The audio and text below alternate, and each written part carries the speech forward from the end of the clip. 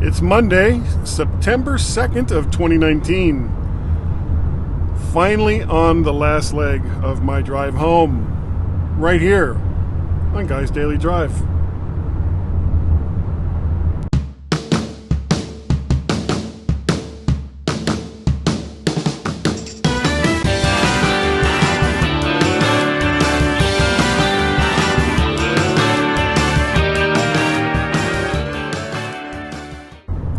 And good, what's left of the morning.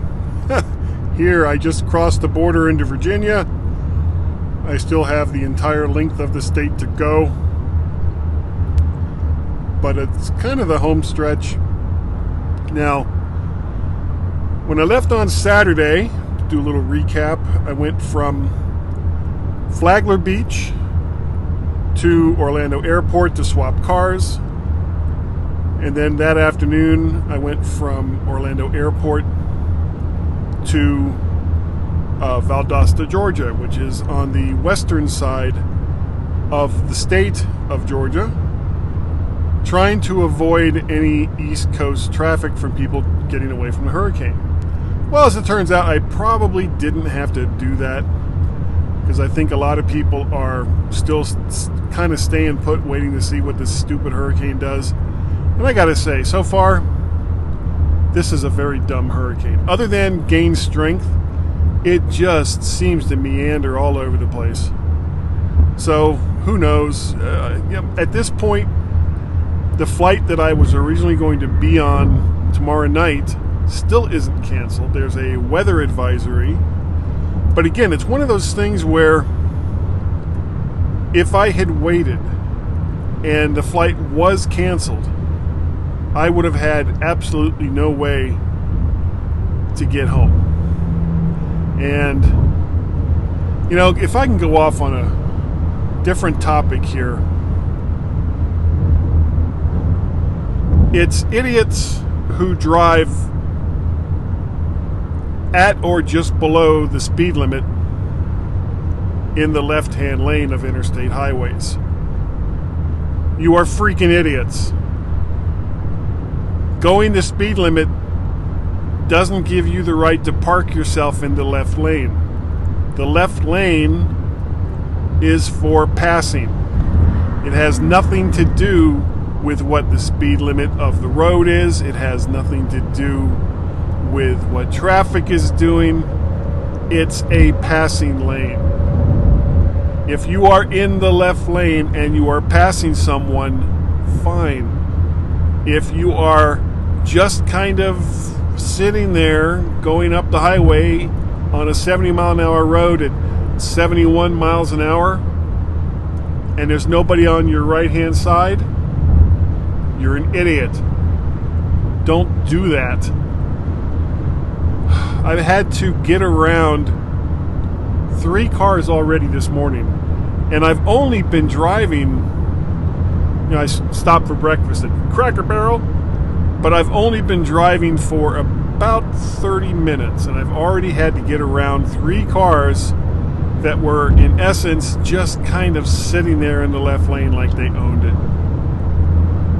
And then they get mad when you pass them. They give you a dirty look, like you're not supposed to pass them. And somehow or another, that's their private lane.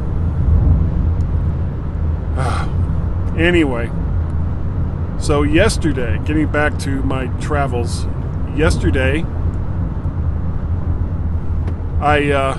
what's going on here? Oh, a little slowdown.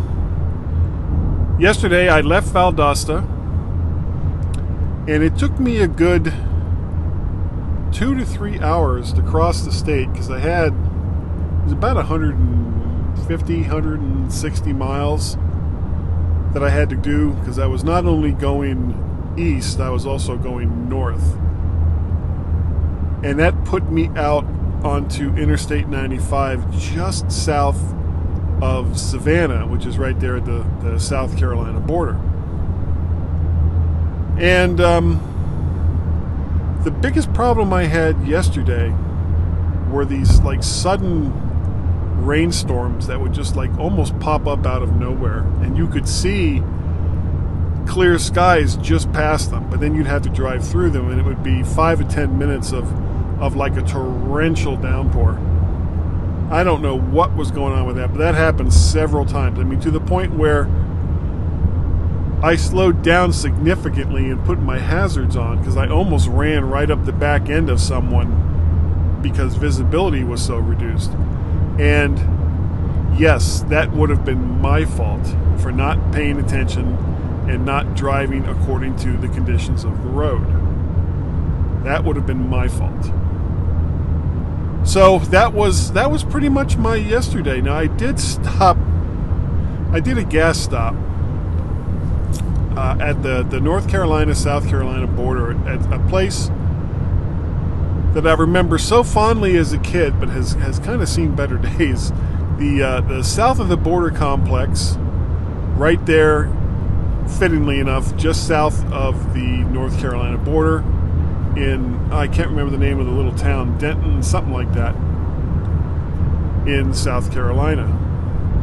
I filled up the car, but it took me a while to get out of there because there was another one of those torrential downpours happening when I pulled in, and they kept kind of losing power. I mean, that's how bad the storms were. So I kind of waited until things had calmed down a little bit, and I was going to be sure that they weren't going to lose power in the middle of me doing a fill-up, because that would have sucked. And I considered getting something to eat there, but I can recall previous meals, and they weren't really all that good. So I don't know. If you want to get some silly trinkets, fill the car with gas, get some drinks, maybe even buy some fireworks, that's not a bad place to go. But for just, I haven't stayed at one of their rooms in a very, very long time, probably 30 years or more. But it doesn't look all that great. It looks run down. I know it's a landmark, and they've got they got other stuff to do there other than just sleeping there or buying stuff. Apparently there's a reptile zoo and putt-putt course and a few other things like that, but it's really not that big a deal anymore. Anyway, so I continued on. And when I got up near the Dun-Irwin area, which is where my wife Tracy has some family, I stopped there for dinner with her aunt Barbara and her cousin Teresa, Barbara's daughter. And it was good to see them because I only get to see them like once a year. Tracy comes down there more often than I do. Then I continued on, and I got all the way to. That was like mile marker 70, and I kept going until I got to about 150, 155, where I stopped for the night, real close to the border, because I really wanted this day to have like just not much driving. Between the panic and anxiety of wondering what the hell the stupid hurricane was going to do, having to deal with Easy Car Rental, and they suck, and having to get another car, having to go back to Orlando Airport, which I really didn't want to do, and then getting this car, which is a very nice car, from Alamo. Thank you, Alamo.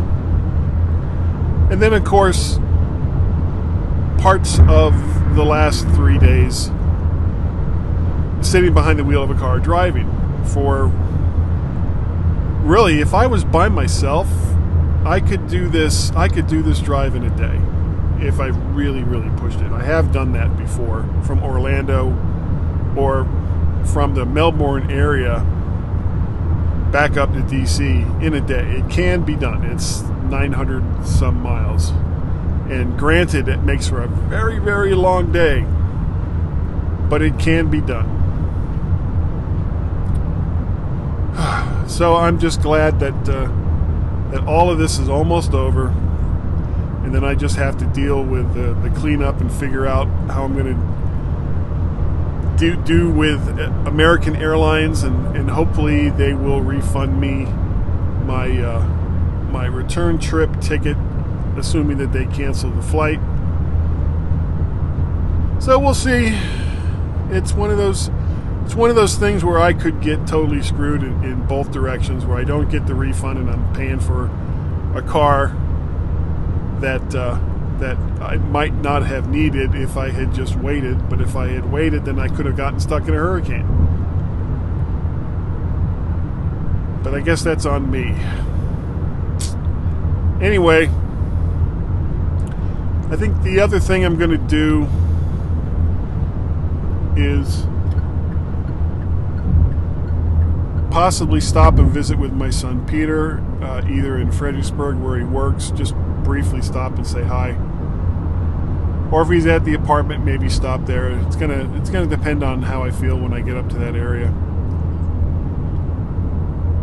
But the other thing is I haven't been able to upload any of these guys' daily drives because the hotel Wi-Fi in both hotels I've stayed at so far has not been that great. So you guys are going to get like a rush of guys' daily drives.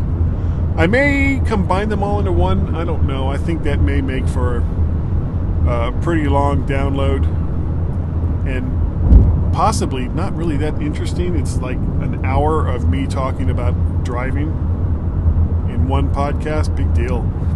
Anyway, I think that is going to about do it.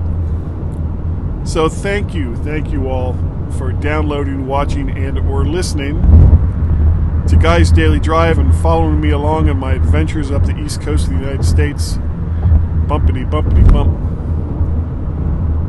If you'd like to see more of what I do in a slightly different environment, very different environment, there's the Mac to the Future livecast that I do on Wednesday nights, usually, over there on the Facebooks, and then I make an audio file of it and put it here in this feed.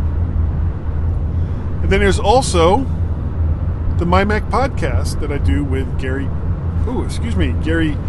Gazmaz Malpaz, and as a matter of fact, he just did a solo show that I need to listen to once I'm done with this. And if you would like to contribute to the ever-going madness that is the stuff that I do online, you can do that via Patreon, patreon.com/MacParrot. You can do it through Ko-fi, ko-fi.com/MacParrot, or through PayPal, paypal.me/MacParrot. You can find all the stuff that I do, audio and video, other than MyMac, the MyMac Podcast, over on vertshark.com. And you can reach me via email, guy@mymac.com, or over there on the Twitters, twitter.com/MacParrot or twitter.com/vertshark. Like, follow, subscribe. So that's going to do it. Thanks again for joining me, and I will catch you next time. Hopefully not on the road, unless something crazy happens on my way, the little bit of driving I'm going to be doing today. But I will catch you all next time, right here on Guy's Daily Drive. Bye.